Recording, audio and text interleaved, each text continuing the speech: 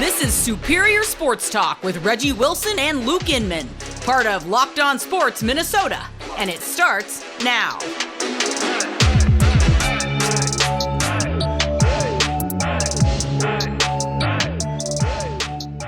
Back in the lab, Reggie and Luke back at it. Another episode, Superior Sports Talk, presented by Locked On Sports Minnesota. Got Carol Evan's very own Reggie Wilson with me, so life is good. Hump day, baby. How we feeling? Hump day. Let's get to it. Yes, sir. Fun show lined up because we're talking about Kirk Cousins and where he ranks among his peers in the NFL. Plus, talking some Twins and what's been the most surprising story about their 2022 campaign. And later, I'm putting Reggie on the hot seat with What Does It Mean? All coming up on Superior Sports Talk. Remember, follow along on the Locked On Minnesota YouTube channel. Hit the subscribe button. And on Twitter, smash that follow button at Locked On MIN. To football we go. 62 days until week 1 of the NFL season kicks off. ESPN's latest article ranks the 10 best quarterbacks in football.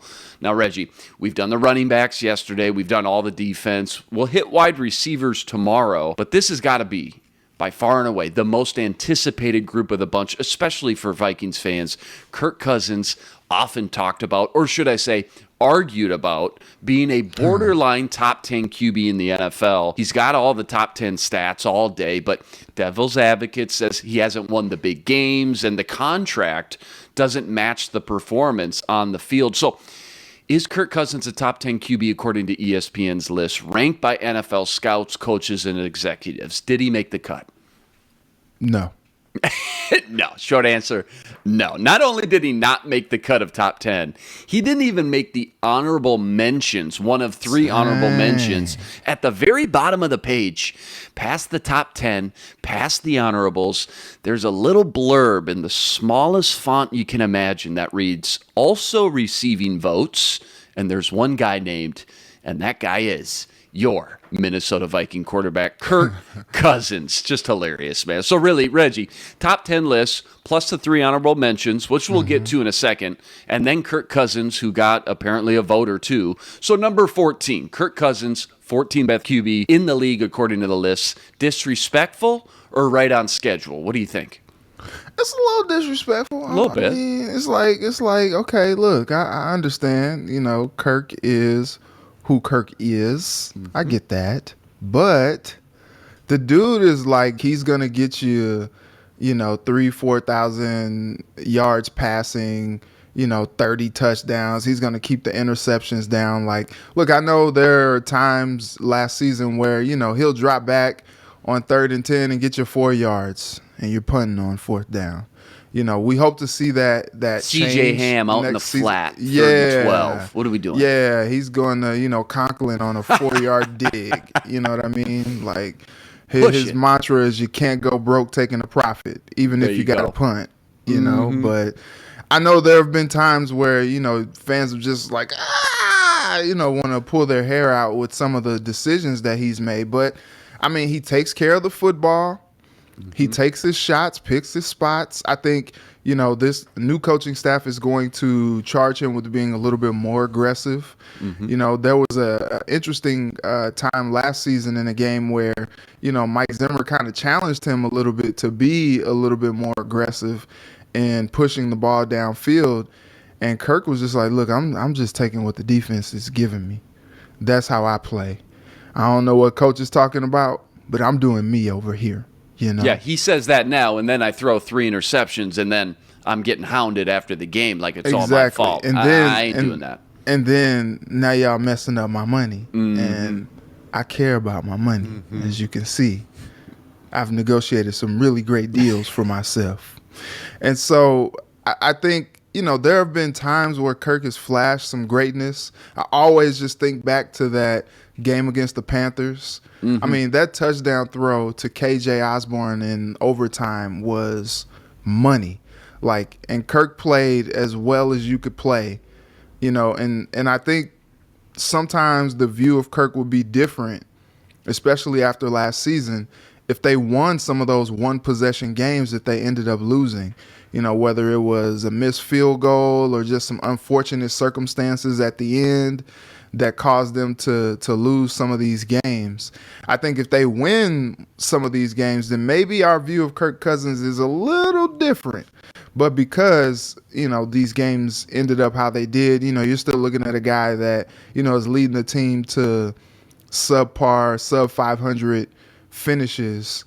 And it's like, look, wins and losses, you can argue up and down, is or is not a quarterback stat. But at the end of the day, the wins, the losses, they always fall on the quarterback's shoulders.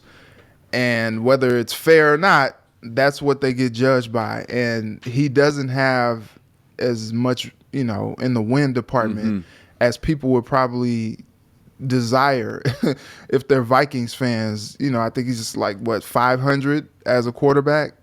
And it's just like, well, you kind of are who you are. But, to see him on that list receiving votes, I think that was a little rude, a little disrespectful, especially when you see a guy like, Derek Carr on there, who I think is kind of in that same ilk, and if you put Derek Carr in that Raiders offense, I think the same thing happens that it did last year, and vice versa. If you put Carr in the Vikings offense, I think it's kind of similar. I think you just kind of toss those guys up. But what do I know? You mentioned, I think it was just a few days ago, what a great deep ball Kirk Cousins has. Maybe one of the better ones in the NFL. And you mentioned the Panther game. It just kind of sticks out to you. How about the wild card playoffs in New Orleans when he hits Adam Thielen on a beautiful 50-yard bomb rainbow over the shoulder and then hits Rudy in the corner on a little end zone fade to win it? That game also sticks out. But Vikings fans want more of those big-time games. Here's what I found interesting about the list. It's quite the blend of new school versus old school. Mahomes and Allen have exploded the last 4 years. Burrow and Herbert look like they're already on the cusp of superstardom for a decade to come. And then you throw in the wily vets, Rodgers, Brady, Russ. That's 7 right there. Your room on the list gets pretty thin quick, right? I mean, I think Stafford is a little too high for me, and I'm a big Stafford guy. So glad he finally got out of Detroit. We could see what he could finally do on a real team, but 6th best quarterback in the NFL. For me, I don't think so. Then Dak at 10. I think he's more of an honorable mentions guy. Look at the players Dak's got to play with since he's got here. One of the best offensive lines in the NFL every year under center. So huge, especially for a young quarterback. Zeke Elliott was a machine and took a huge load off his shoulders his first few years. Amari Cooper, CeeDee Lamb, Cedric Wilson, etc. Go back even further. Dez Bryant, Cole Beasley, Jason Witten. I mean, come on, man. That's insane. Lamar, Kyler, and Carr were the 3 honorable mentions. I think Lamar needs to be in that top 10. Too electric. Oh, absolutely. Former MVP. Still getting better at a passer. But back to Kirk here for a moment. Let's just come out and ask the question everyone wants to know. Can Kirk Cousins win you a Super Bowl, Reggie? This fan base needs one here soon. They're due. Can Kirk Cousins be that guy or not? Yeah. Why not? We've seen lesser quarterbacks. That's true. Win much lesser, a Super Bowl. I'm thinking about Trent Dilfer. I don't think you would put Kirk Cousins and Trent Dilfer similarly together, but he made that Super Bowl that the Broncos won with the ghost of Peyton Manning. I don't know who that guy was, but they won a Super Bowl with that guy. It was, that was the Peyton Manning that we just were like, okay, time to hang it up, buddy. You're burnt toast. You're burnt pie. And it's just like, look, Kirk is competent. He's competent. And he can make plays when they need him to. I asked, KOC a couple months ago, talking to him at the Vikings complex, like, hey, do you think Kirk has another level to his game? And he said yes. And I think he's going to challenge Kirk, and he's going to coach him hard to actually be a better version of himself. It's like, look, we're paying you all this money because you're the guy. We got to ride you there. And as you said, like in the playoffs, he's made big passes to get the Vikings over the hump. like, we got to see it at a consistent level.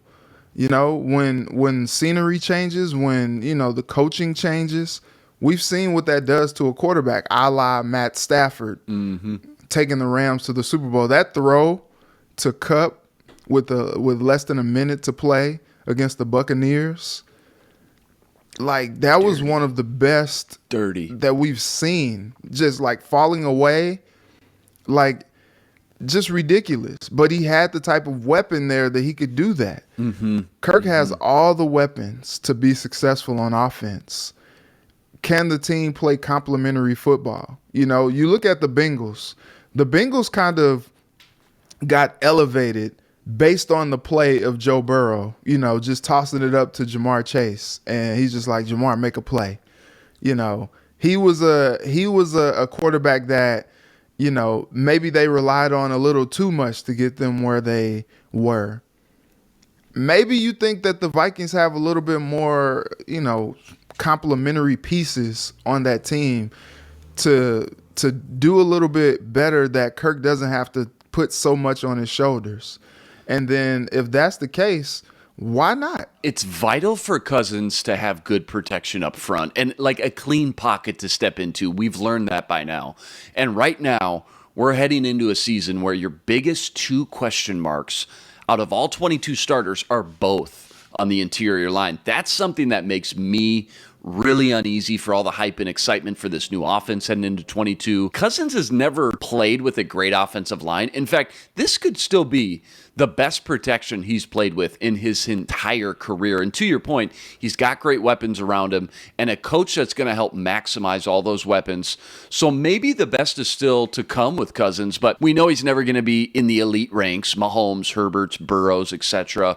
But I will say, he doesn't always get the love of someone with these top 10 production numbers. But then again, fans will tell you he doesn't have the big game resume to match the price tag the Vikes are paying him for either. So that's why when these lists come out, yeah, you're never going to see him in the mix with those high-end guys, but always right in that next tier. Although, again, under KOC, this could be a whole new Kirk we've never seen before. How about the rest of the NFC North, just real quick as we wrap up? Fields in Chicago, we know he's got maybe more pressure on him than any other second-year quarterback to show the development and improvement and at least flash enough to prove he can be the guy moving forward. Jared Goff, he's Jared Goff. Detroit will go like 7-10 with him, eventually take a stab. You know, a guy in the draft 2-3 years down the road. But the Green Bay Packers have the number one quarterback in the NFL, according to experts. Back-to-back MVPs, 4 straight 13-plus wins.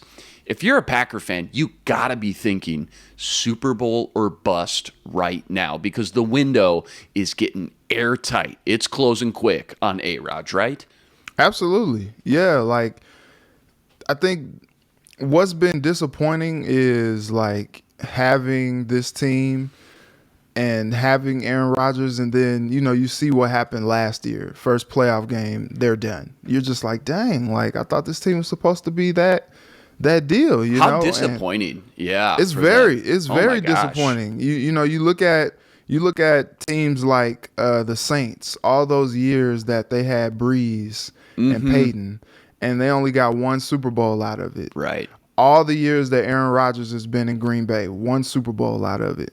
You know, like, that part, I think, to me, is the most, like, astounding because he's widely considered the best quarterback in the league. You know, you maybe put him 1A, Brady 1B or something like that, you know, if you're talking the best in the game. And there's just not been a whole lot of playoff success to show for it over the last decade. And you're just like, how is it that if you say you have a quarterback who transcends, how is it that that quarterback has not led you to a Super Bowl? And I think it's kind of weird because we always put everything on the quarterback. But then with, you know, especially how they've reacted so far this offseason, it's been, well, we got to get this defense together. We got to put a defense around Aaron Rodgers. And it's just like, well, I mean, if you got a quarterback who's supposed to be him, if he's Himothy, you know, I think that's a situation where you're just like, oh, okay, it really doesn't matter what's going on. Like, we got a good enough defense. We got a good enough, complementary pieces like Aaron Rodgers is going to take us there. And so some of this is on him too. He didn't necessarily play all that great in that playoff game earlier this year. Mm-hmm. And so when you kind of look at it, you're just like, look, the blame kind of has to be on him as well, but it's time. It's time. You made the decision to sign a new extension with the team. You lost your boy almost because of it. Depending on who you ask, the Packers say they offered Devontae, plenty of money to stay, and he just wanted to go to Las Vegas because that was his dream and, whatever. But you lose your top guy. You improve the defense, supposedly improve the defense, and now you're just like, okay, we got this.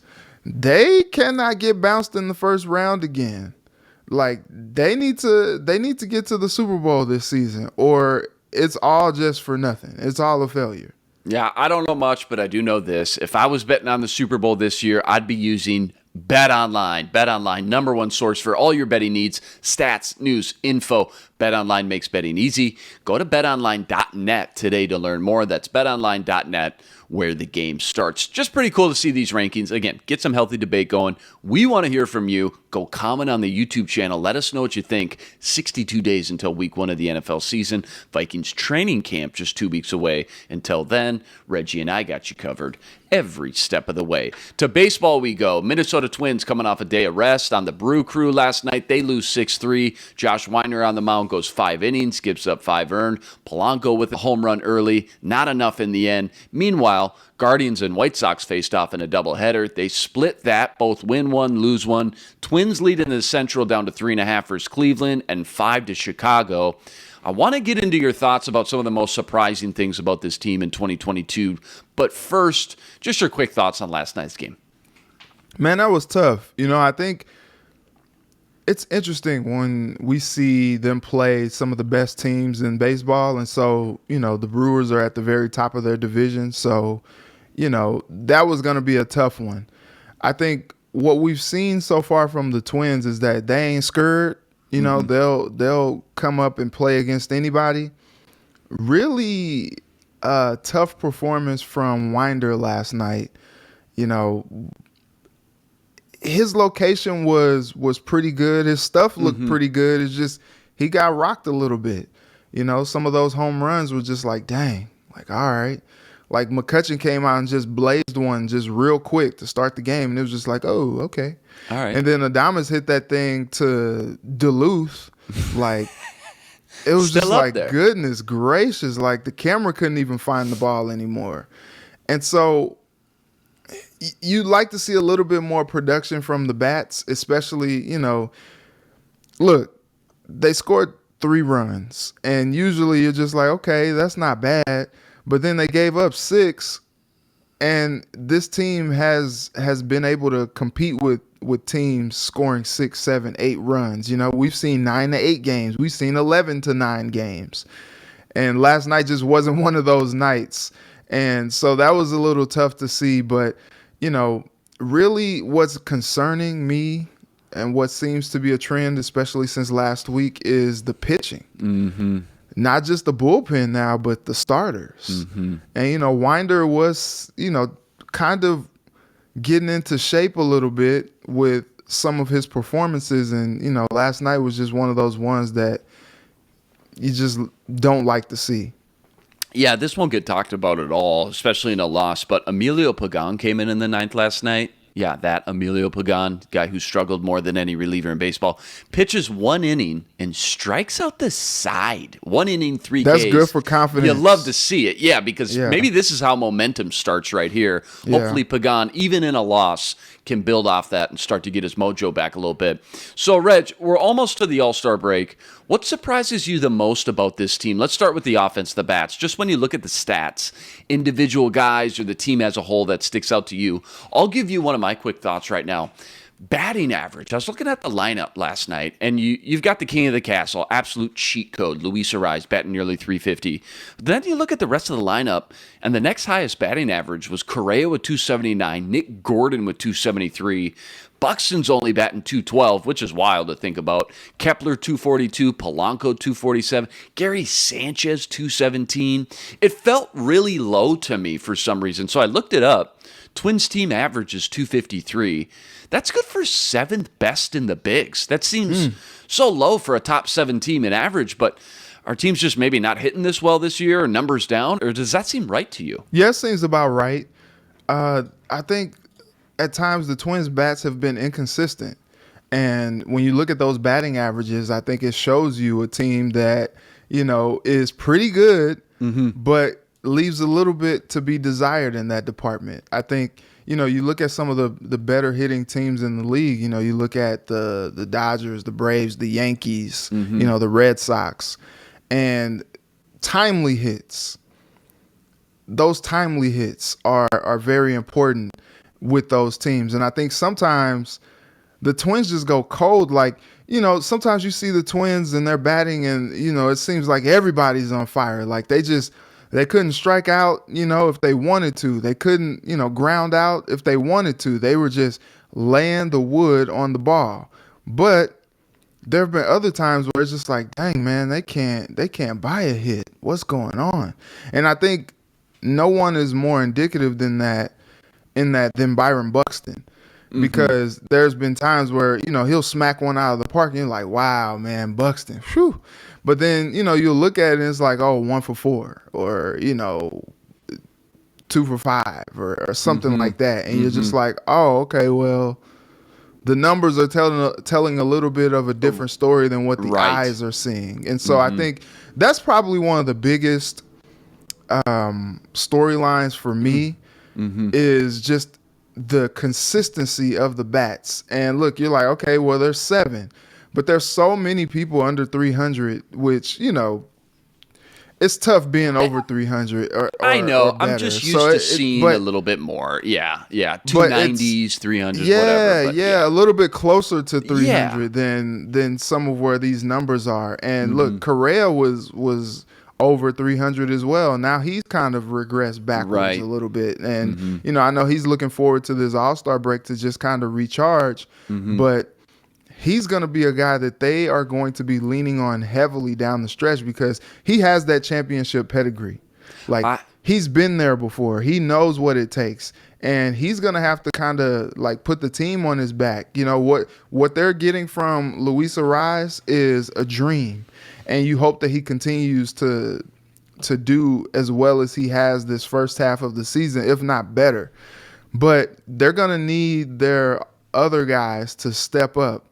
And, in a game like last night, when you have the type of firepower that we've seen from the Twins, you can't be losing these 6-3 games like that. Yeah, I think you hit something on the head there with timely hitting, because you mentioned 3 teams, 3 of the best teams in baseball: Dodgers, Braves, and Yankees. And I got their averages, team averages pulled up right here. None of them are even in the top 5. Dodgers are 6, Braves are 9, Yankees are 14th in the league, middle of the pack, very average as far as team average.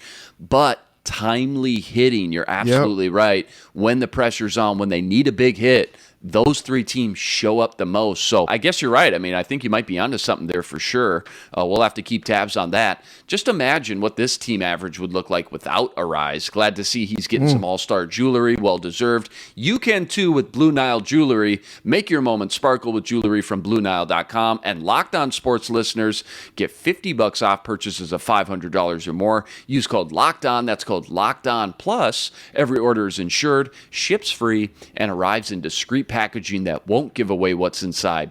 Shop stress-free and find your forever peace. Go to BlueNile.com today. All right, one more with the Brew Crew here in the backyard at Target Field today afternoon. Start first pitch, 12:10. Joe Ryan on the mound looking to start building himself back up after like 3 or 4 surprisingly average starts, something that you were touching on at the beginning of the segment. Still hasn't looked the same since coming off that COVID list. Rest assured, Reggie and I got you covered tomorrow to break it all down. All right, the time has come. Favorite segments here. Putting Reggie on the hot seat with What Does It Mean, covering all the latest hot topics in Minnesota sports. First up, CBS Sports' latest article ranked all 32 NFL teams' head coaches.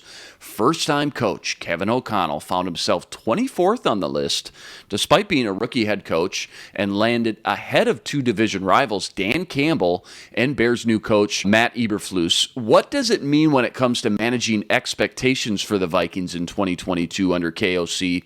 And what's the biggest changes fans can expect to see going from that old school Mike Zimmer to the new school Kevin O'Connell? I think we'll see some excitement from this offense. I think especially last season, having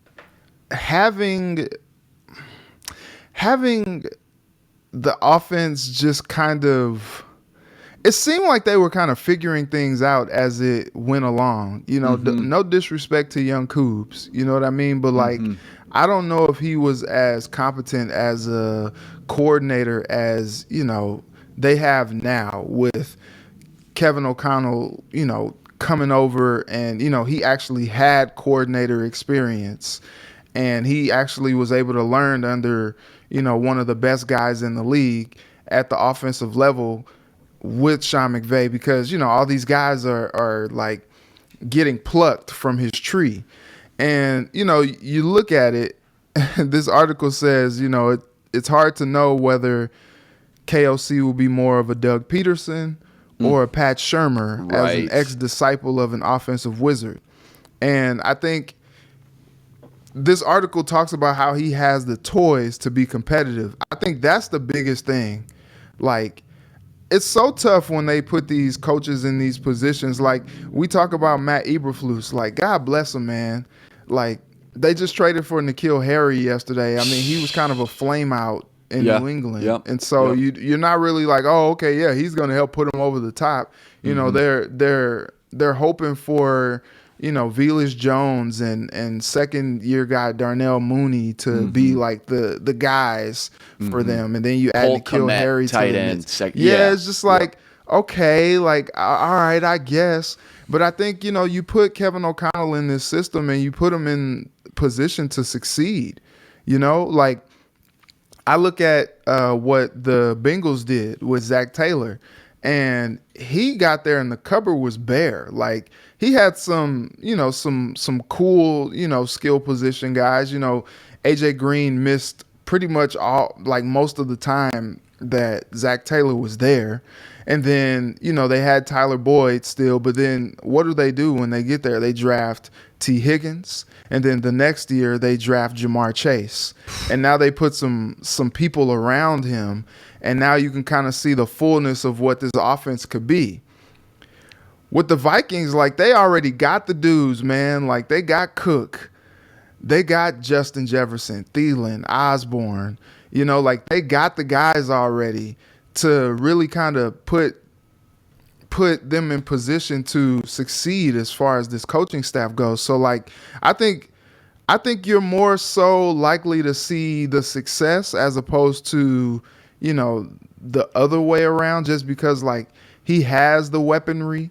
Maybe it takes him a second to figure it all out, as he just kind of gets his feet set as a brand new head coach. One thing that I thought was interesting about this list was, for the most part, the new head coaches, like all the guys that are first year taking over, pretty much landed in this 20 to 30 range, which I thought was fair, because how do you put them ahead of coaches who have been coaching there, who have been in the league and really, done their thing as a head coach already? Right. We just don't know. Right. Yeah, you just don't know. So, like, they put him in the mix with Eberflus, with McDaniels, and with Hackett. Poor Lovie Smith, man. Come on. Well, look, dead last. I mean, look, that team needs Jesus. Like, they really do. But, you look at some of these, second year, third year guys like Arthur Smith, Matt Rule.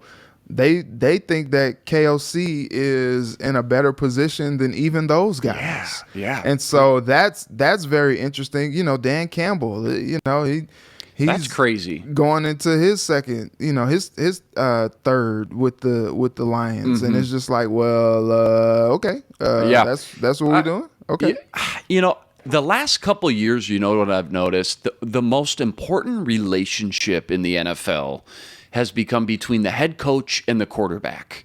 And we saw what can happen when that relationship under Zimmer, with Zimmer and Kirk, is not meshing well. So everybody wants to know, what's this new relationship going to look like and feel like with KOC and Kirk? And, again, listen, was he shackled and like hypersensitive under Zimmer to make sure he didn't turn the ball over, make mistakes? Absolutely. Can Kevin O'Connell unleash something out of him we haven't seen before? I think that's certainly fair to a degree, an offensive-minded coach coming from the McVay tree. But people are going to say, if KOC can win a Super Bowl with Matt Stafford, then he should be able to do it with Kirk Cousins. And I get it. It's kind of easy to make some similarities between the two. Cousins kind of has that same play style of like a Matt Stafford light, so to speak. But he throws a great deep ball, incredibly accurate at times. But he doesn't have that same arm strength Stafford has. I know that. And the other thing Stafford does well, especially you noticed it during the playoffs and that Super Bowl run, is he gets outside the pocket with his feet and improvises on the move. And that's something that was huge for their success last season when the protection broke down or guys were covered. And that's something, to this point, I just haven't seen with Cousins, him be able to create with his feet. So it's just tough for me to sit here and pretend that's something that I haven't seen yet. It's just going to magically get better with a new coach. Having said that, I still think KOC and Kirk's relationship is going to be far better than what it was under Zimmer, and he's going to be able to unlock a lot more things that we haven't seen before. Last couple of things that I noticed on this list, how about Kevin Stefanski, number 13? 2 years under the Browns. He looks like the real deal. Of course, Vikings fans remember him under Mike Zimmer.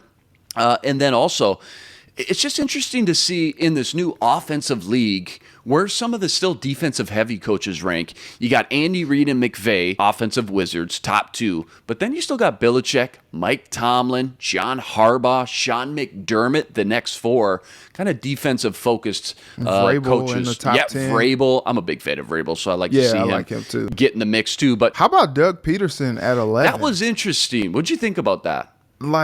You put him ahead. I mean, he is a Super Bowl winning head coach. Let's say he didn't win that Super Bowl. He got to it, but he didn't win it. Is he still 11? Probably not. Probably not because, he had some good seasons in Philly, but he kind of flamed out there. Yeah. And so they got him at 11. Goodness gracious. I think it's interesting too that they have Cliff Kingsbury ahead of Zach Taylor.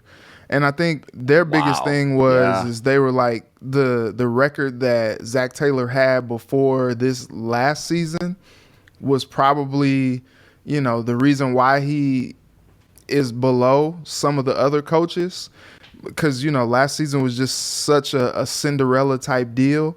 But what the freak is Cliff Kingsbury done since he's been there? That's weird. Yep. I feel like the Cardinals have largely underachieved since he's been the head coach there. And I feel like he's kind of been on the chopping block with fans. I got a friend that lives in Phoenix right now, and every week he's like, Cliff's got to go. Cliff's got to go. They're calling for his head already, huh? Hot seat. Week 1, hot seat. I know. And it's so interesting, though, to see that Cliff kind of lands, ahead of some of these other guys that maybe you're a little bit higher on.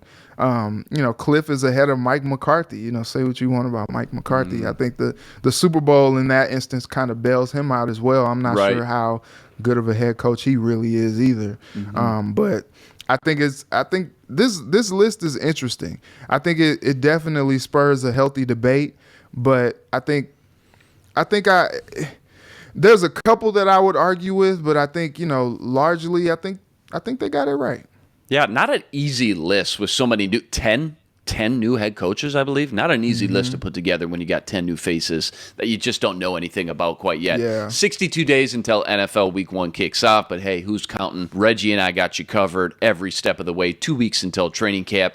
That's a wrap today. Back here tomorrow, breaking down more Twins, Vikes, plenty more. Remember, rate, review, subscribe to the YouTube channel. Join us every day for another episode covering all the biggest topics in Minnesota sports. He's Reggie Wilson. Follow him on Twitter at Reggie Wilson TV and on KARE11. I'm Luke Inman on Twitter at Luke_Spinman. Tune in tomorrow to Superior Sports Talk, part of Locked On Sports Minnesota. For Reggie, I'm Luke. Until tomorrow, signing out. Be blessed. Spread love today. This is Superior Sports Talk with Reggie Wilson and Luke Inman, part of Locked On Sports Minnesota.